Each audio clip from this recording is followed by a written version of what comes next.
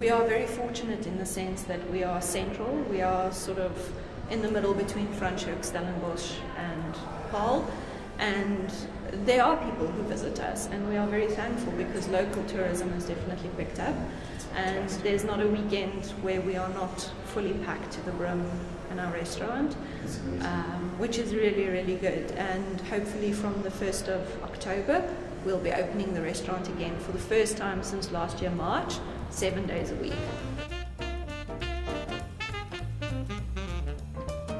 So in the winelands you can see art, you can do a full experience with art, food and wine. Our farm is very much situated around creating experiences where people can enjoy all of those things together.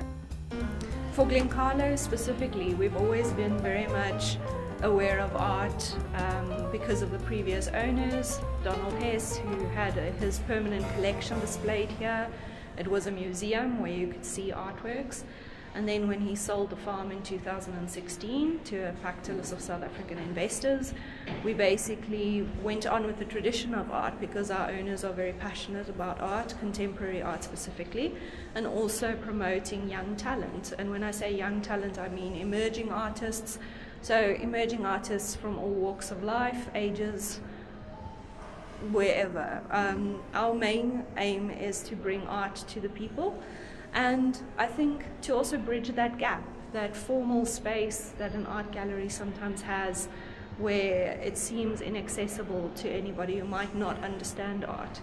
And we want to invite people to come to our space, to come and ask the questions, to come and see the work that might challenge you. And it doesn't mean if you don't have an art education that you can't ask questions about art. Art is ultimately for people, and it's made by people. It has very real thoughts, emotions, feelings that are all attached to all of us. We all feel these things. I mean, if I talk about ALDO BRINCAT's exhibition, although his exhibition is very personal and private, all the things and feelings that he addresses are universal. The way we mourn, the way we memorialize our loved ones, the things that we love, the things that happen to us. All of these things are relevant, and I think it's something that I really want to get people excited about. Yes, it's encrypted. All of it is encrypted, and there's quite a few different levels of encryptions. You're absolutely right. So number one is, say, for example, the raised little nodules, which is sort of a braille formation, and the braille formation that you can read with your fingers tells quite a sad sort of a tale of trauma and pain and suffering, and that's hidden behind glass, so you can't actually run your fingers over it. So whether you're a sight-seeing person or somebody who has no sight, it remains a mystery to you, because somebody who can read Braille can't touch it, and somebody who doesn't understand Braille can't read it. And then superimposed upon that is fingerprints also in a Braille formation that have been dipped in gold. And I use this finger that I use to unlock my phone, all the information about who I am, all my passwords, my bank accounts, etc., my photographs, my family photographs. They're all kind of stored and released through this kind of fingerprint.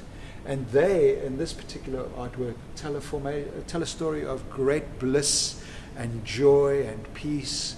And so both stories put together are the kind of like the sum total. They're both of all of us, really. We all are walking vaults of good, beautiful, joyful experiences and really sad, depressing experiences in our personal lives.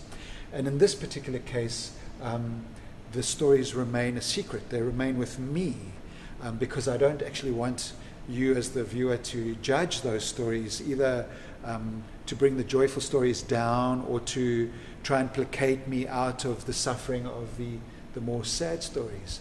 So sometimes we have these experiences in our lives and we dare not even tell even those very, very close to us what happened, good or bad, because by sharing them, they immediately run the risk of being trivialized. So here they are, sort of like for us all, our good experiences and our bad experiences. So there's something quite intriguing about having that secret that you don't know if you own this piece.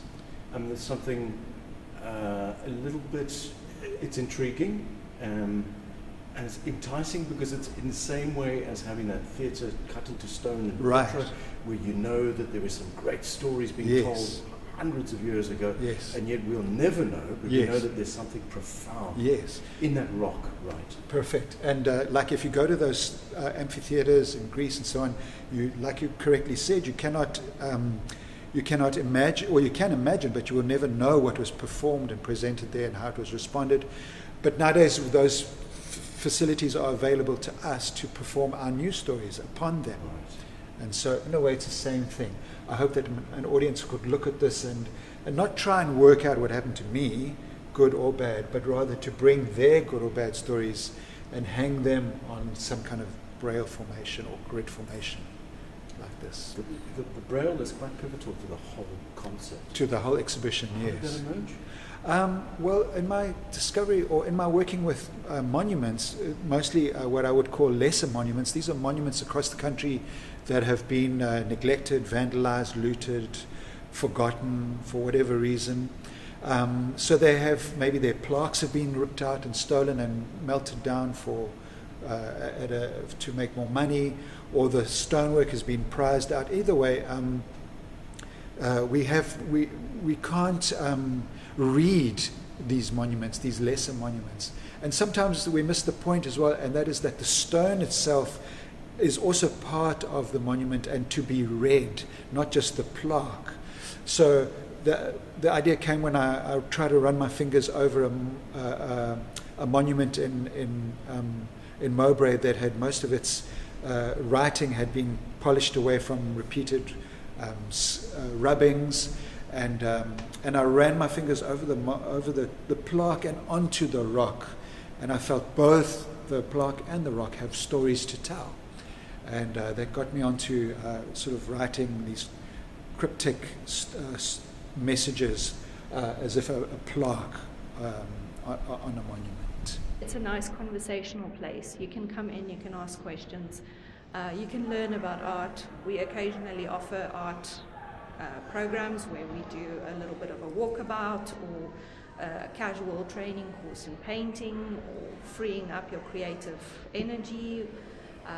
So it's always worthwhile to keep a lookout what's happening on social media, on our website.